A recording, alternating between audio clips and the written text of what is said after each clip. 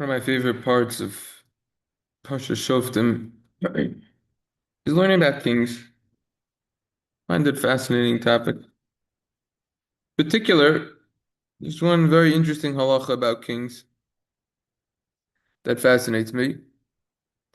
Pasuk says, "V'kasav lo smishna Torah zois v'haisimo v'kara bo kol yemei chayev." It's a mitzvah for a king to have a Torah with him. Wherever he goes, basically, he brings it with him. Why?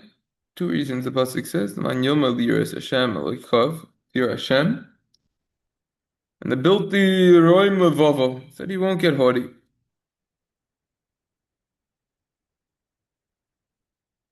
We see from this is a third aspect and reason as well.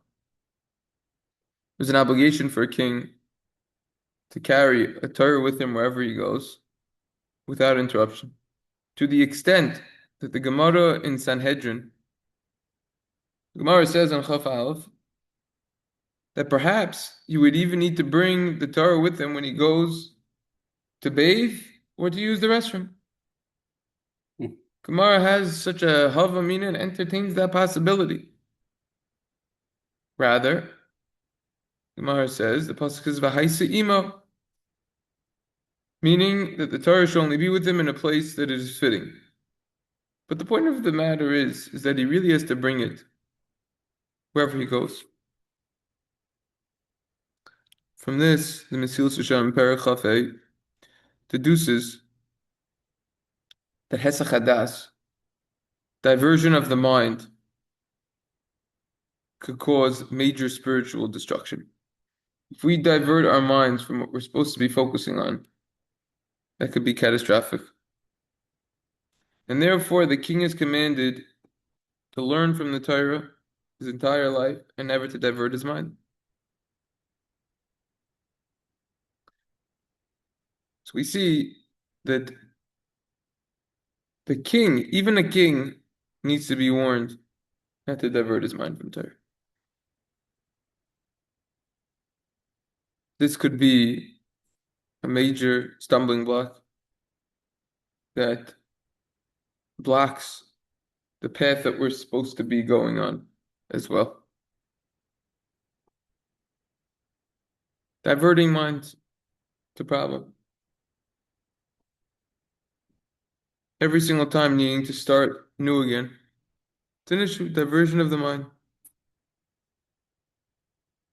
Well-known story with Rabbi Akiva, the Gemara and Ksubas Samach Beis.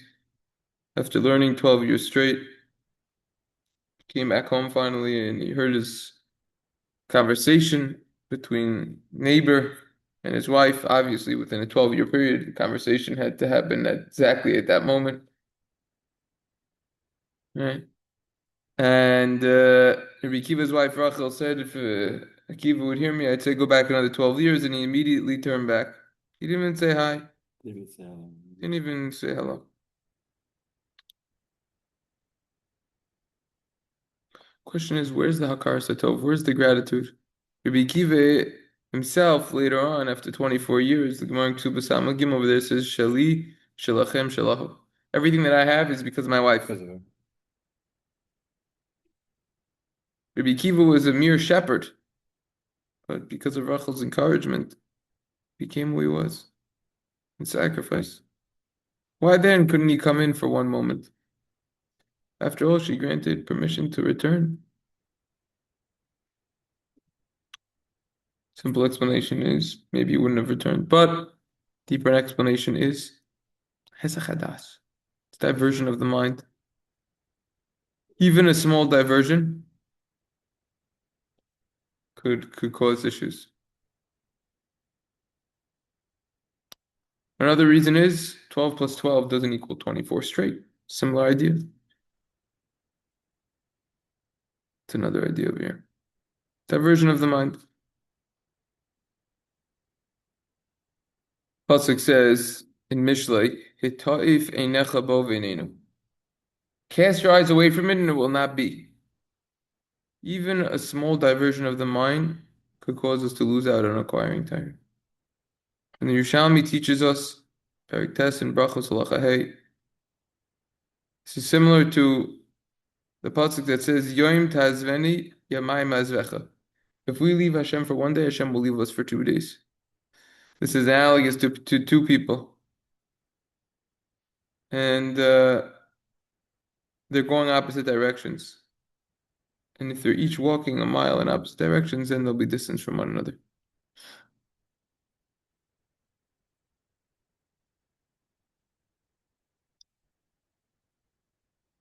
Another reason, Torah is the source of our life. If our life, if we would cease to exist for a moment, we wouldn't come back.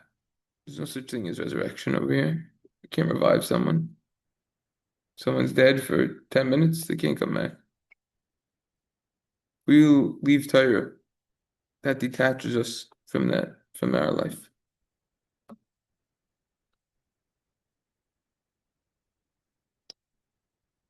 Even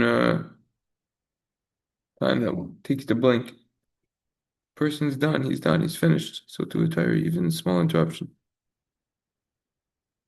The Rambam writes in Ilchos Reitzayach, Gemara Makos, Daf Yud, Talmud Shagala Liir Miklat Megalan Rabo Imo Shnemar Vachai. The Talmud student goes into the city of refuge, he accidentally killed someone, his rabbi comes with him. Why? You have to do something that causes him life.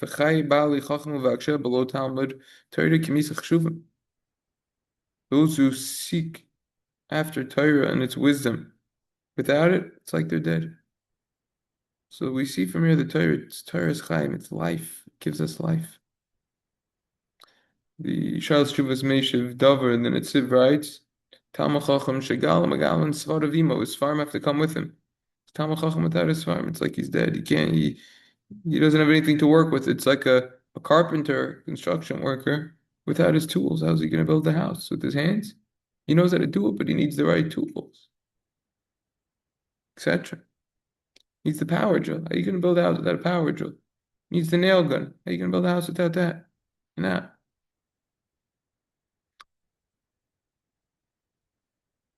Magid Mikel once gave a drasha in the base medrash of Slonim.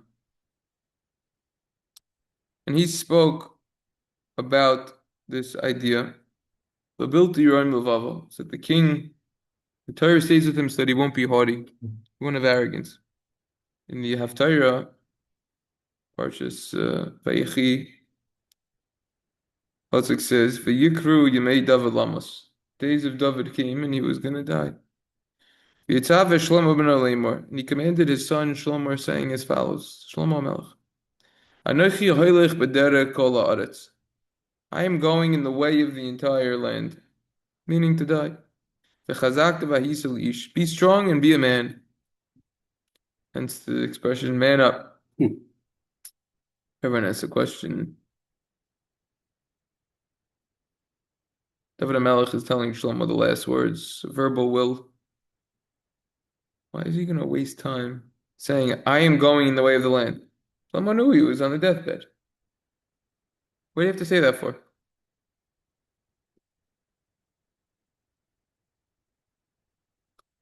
This was part of the will. Oh, Moshe explains, this is part of the will. David HaMelech bequeathed.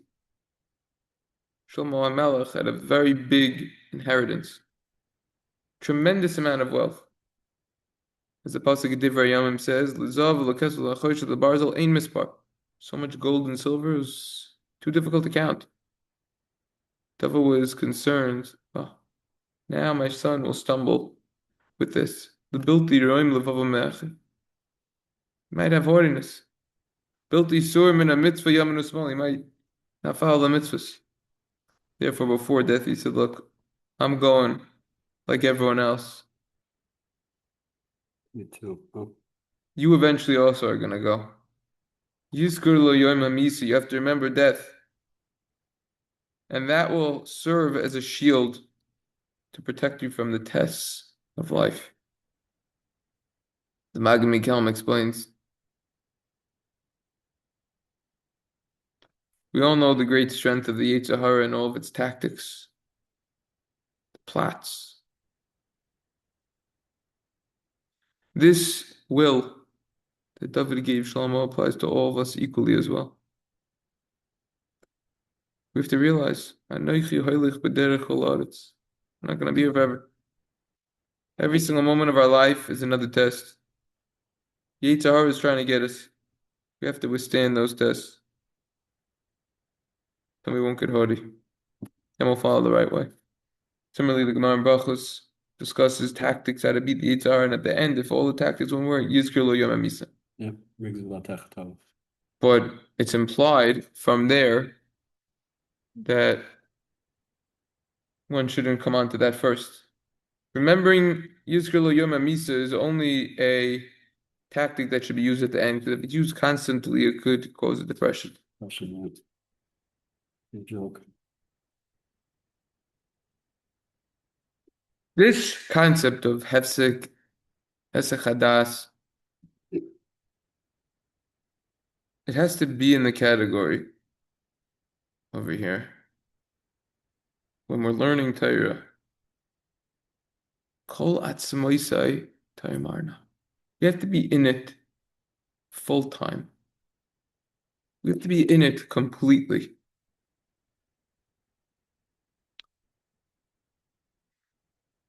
He once asked Rav Shach Zatzal, what's the difference between us and the previous generations?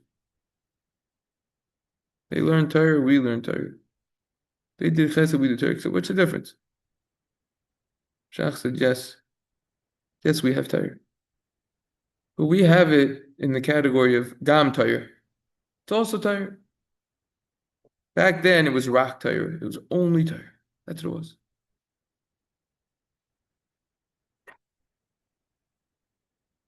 Used to be someone learning in yeshiva. There was nothing else. That's all it was. There's nothing else. Nowadays, he says you have supermarkets. In other words, you have all these other distractions of sports, activities, all this other stuff. It wasn't like that. You know, the car is an amazing thing, but it could also be bad because now you're going to go other places. Where are you going? In certain yeshivas already, post high school, where they're too young to start dating for those first few years, they have rules. You're not allowed to have a car. How true? How appropriate? What's the point of the car? It's just going to distract you to bring you somewhere else.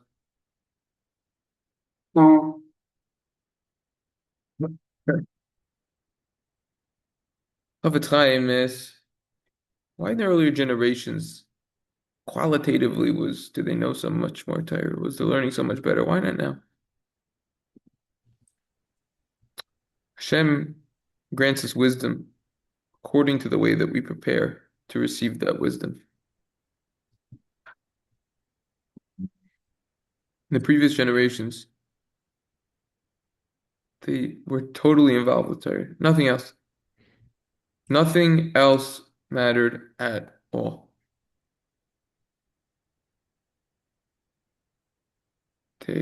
All the people that were learning, that's what they did. And they, nowadays, they would call it networked, right? We call it diktuk chaverim. They would have a give and take with one another and sharpen one another with their advanced learning. Can you imagine if we had 100 people learning like how we're learning, all in the same room? The Torah, the Beis Yosef, the Taz, the Magen Avram, everything, going through it the way that we do it, how much clarity there would be. All of these questions that we have unanswered.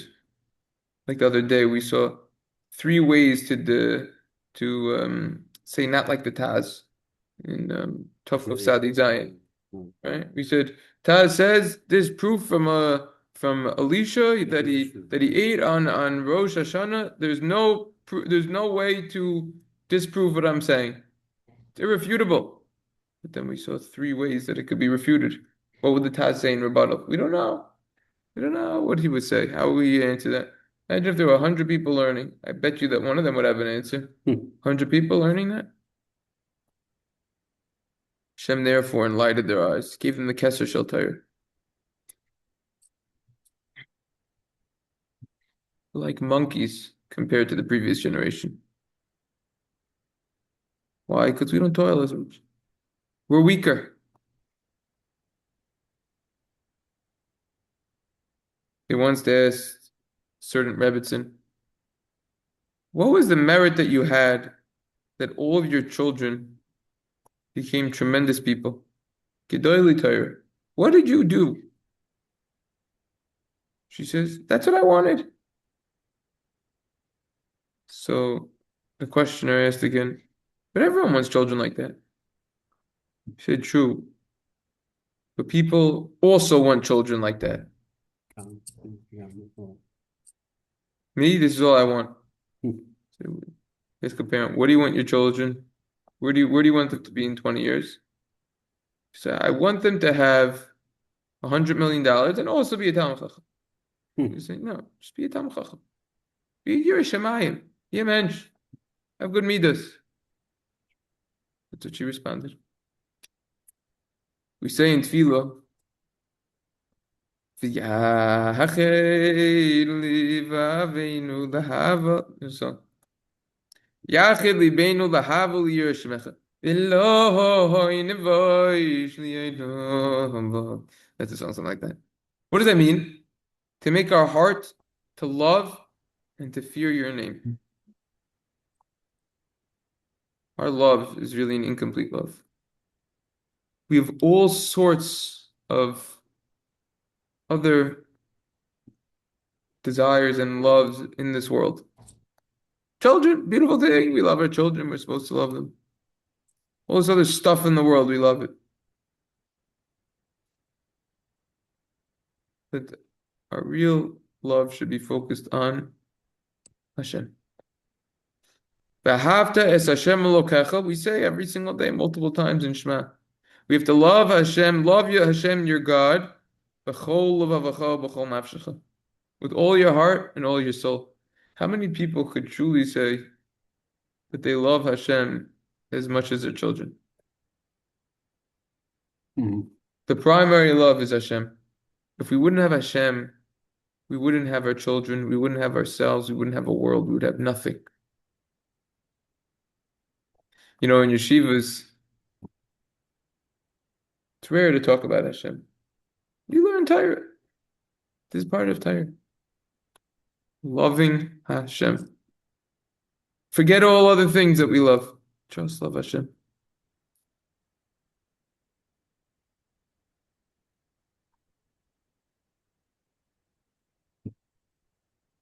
Shimshon Pincus Etzal. Better Shimshon. Iteration test.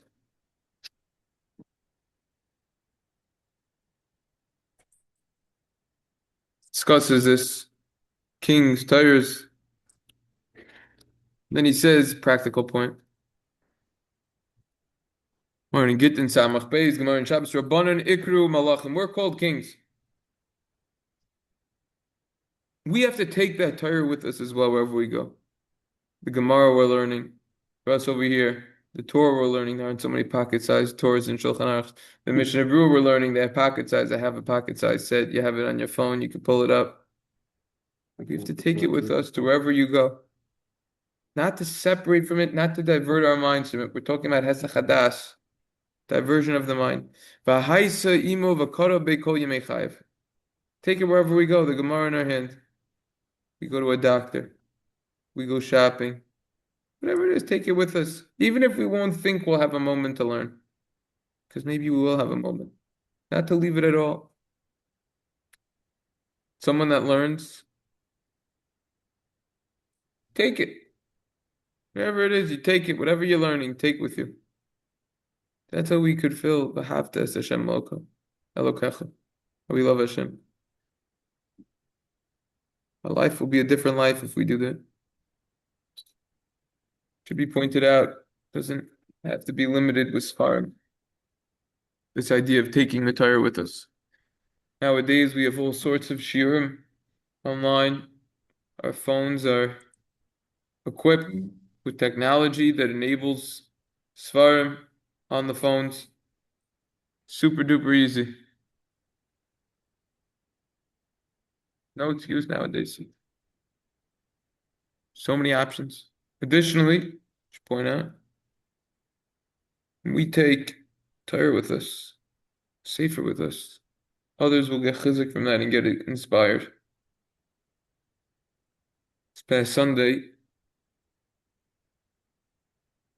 went on a little day trip. Day trip. Sunday, I'm the most available on my schedule.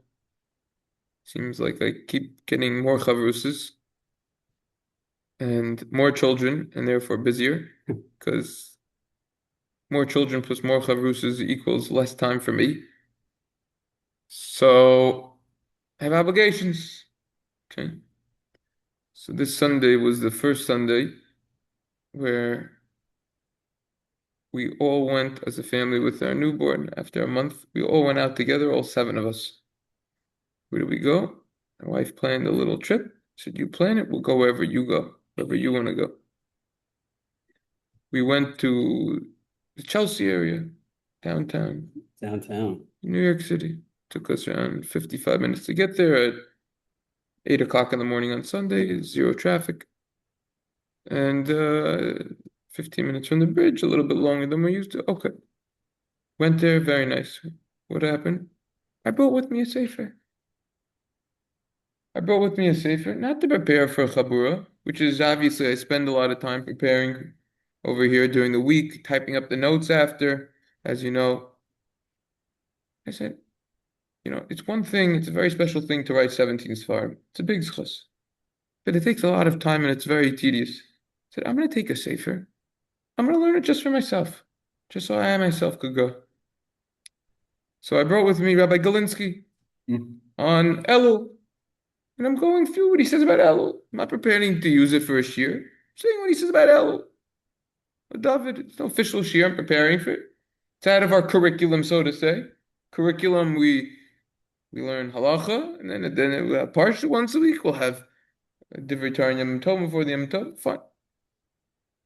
I went through dozens of pages.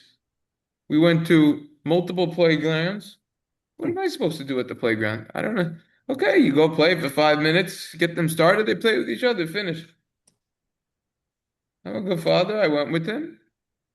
But I don't have to play the whole time. You sit down. That's why they have benches for the adults. So instead of sitting at a bench and looking around, looking dumb, so I'm utilizing time.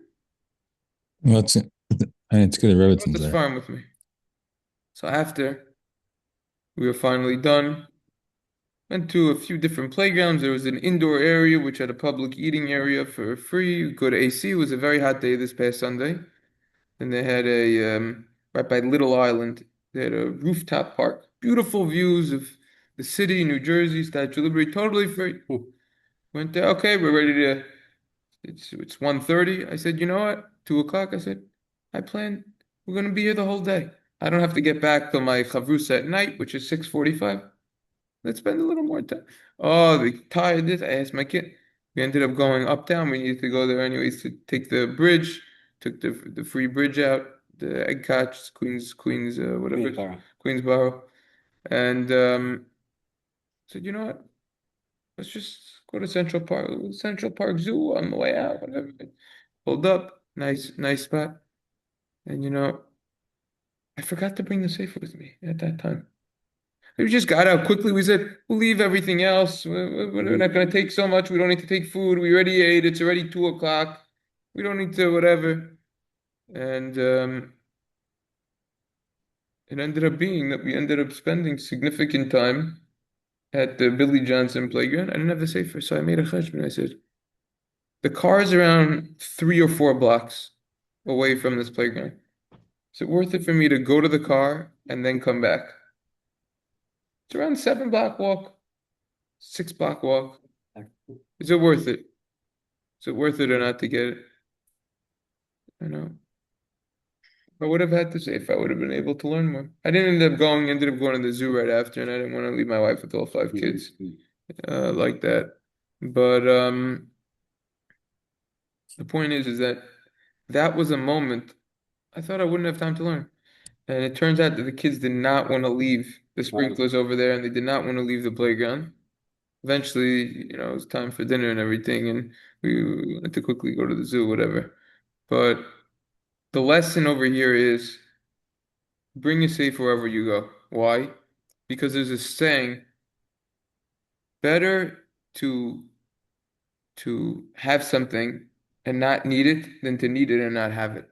And how true when it comes to a sefer. Lastly, it should be added. This is why one of the benefits of knowing enough Torah to know it by heart. Because if you know it by heart, if you don't have the sefer, you could think Torah also when you remember it. Some say that that's the best form of review. Some say. So that's what Hesach Hadas means. Diversion of the mind.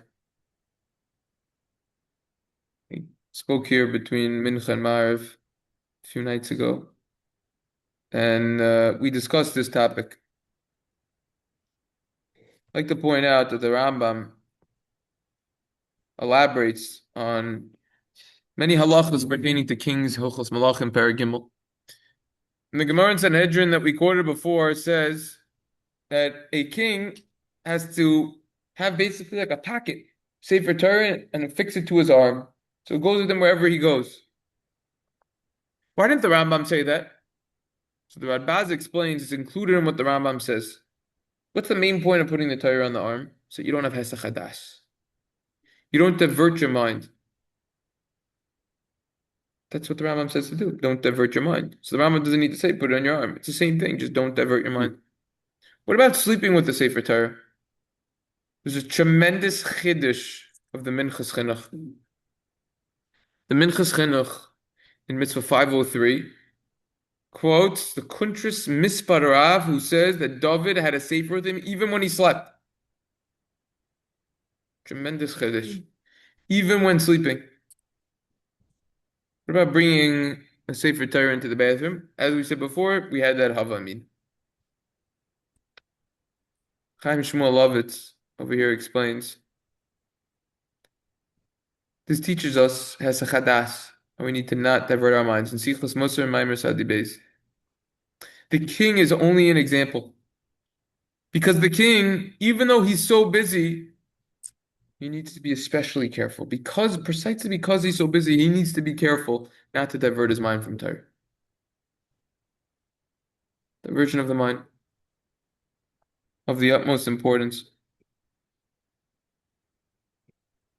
It's a very special thing to learn in yeshiva, and not to waste time and to actually learn. It's praiseworthy. But someone who brings the yeshiva with him wherever he goes, that's even greater. So that means Vasuli Mikdash v'shachanti b'sochem. Why does it say, make for me a mikdash and I will dwell within it in plural? One base of mikdash, one within ourselves. Al Shach says we have to make a mikdash wherever we go. Even if we're not in a holy location, we can make it holy. The Avnei Nezer. This is the Avnei Nezer I saw quoted, and I added this to my notes in the middle of nowhere on the art scroll on Sefer Shmuel Aleph, Gimel Gimel, page 25. Avnei Nezer says the person is truly in the place where his mind and heart are. Someone whose thoughts are in holiness is in a holy place even though his body is elsewhere. How true! Person could be in the holiest place, but he starts thinking about inappropriate thoughts. He's not in that place. Person is davening, but he's not thinking. What do we say about davening? Tefillah below kavana. What do we say davening without kavana is like? Body without a soul. Body without a soul. Guf below neshama. It's nothing. Midot chitza, someone could be in the middle of nowhere. Wherever it is, waiting online waiting for a train, but he opens a sefer. He just made that place holy. Similarly, Rav Shach says, in Rav Shach Speaks, page 166, if a Jew is learning Torah, wherever he is, it's as if he's in Israel. I have a friend who's very, Shachzadeh? yeah, I have a friend who's very Zioni. He's been in Israel for decades. Very, very Zionistic. He said, why aren't you in Israel yet? The air of Israel makes you wise. It's a good question. Many answers. The main answer is Chaim Shmulevitz would say the Kaisel is Kaidish. Oh, the Western Wall. Beautiful. Last remaining wall of the Beis Hamikdash. Upper the Beis Medrash, learning in the yeshiva, that's Kodesh Kodashim. It's holier. That's the holy of holies. It's the highest level. We learn Torah properly, we attach to Hashem properly. That's why it's so special. That's why the Yetzer Hara is so big. We're not learning. He knows how great learning is. Could build a Beis Hamikdash in the middle of nowhere. Remember when I was in Israel? It was Shemitah year.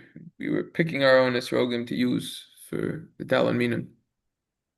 Esrogim, roses, what's the common denominator? They grow around thorns. And yet, they grow beautifully. At least some of them. A lot of them get pricked by the thorns and then you can't use them for the esrogim. But the ones that make it beautiful, it works. Same thing. We could do it even with the thorns. The Yerushalmi in Sanhedrin says that even when a king goes to war, in Perek Beis Halacha Vav, when the king goes to war, he still needs to bring the Torah with him. And the Yerushalmi says, Uma'i Melech Yisrael Shaya Oisech B'tzarech Yisrael, a king who is involved with very important communal endeavors and responsibilities, and still the pasuk says, V'kara B'kol Yemei Chayev, got to bring the Torah with him. Also, the more so. No, we have to. Pasuk of Vagisa B'yoyim V'laylo, to learn Torah day and night. If Yoshua, who was involved with communal activities and conquering and distributing the land, and still he was commanded to learn Torah, also the more so.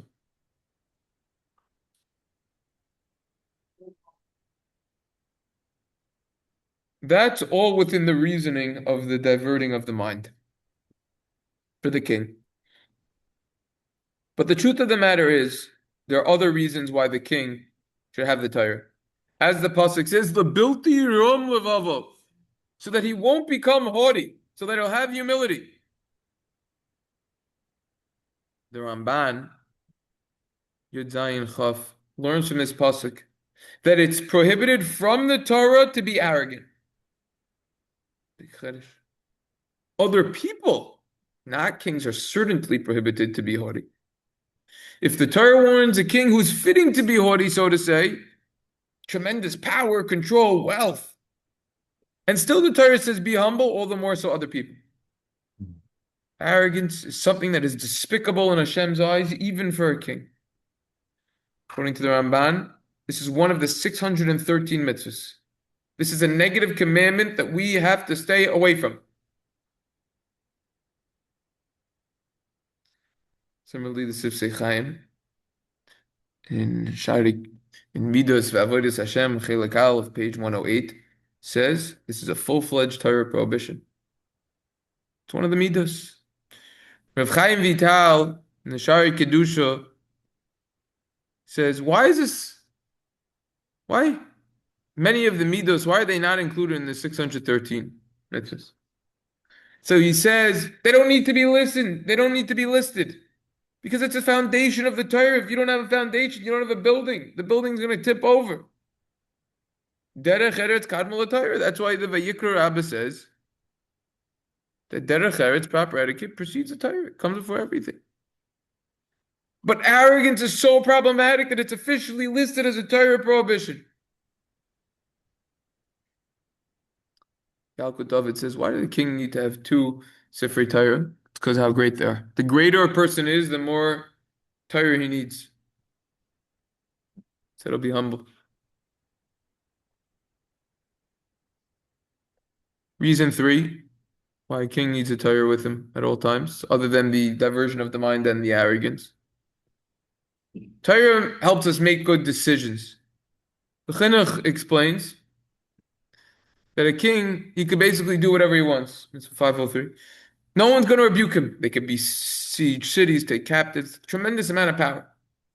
But they need a lot of reminding to do the right thing. Because the Yetzer Hara could cloud their emotions,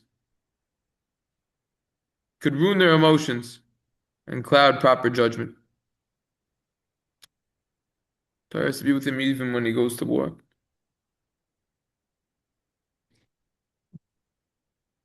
Torah will help us find instruction in the proper way to conduct ourselves in all areas of life. Chassam Sofer explains every single step that we take is based on Torah.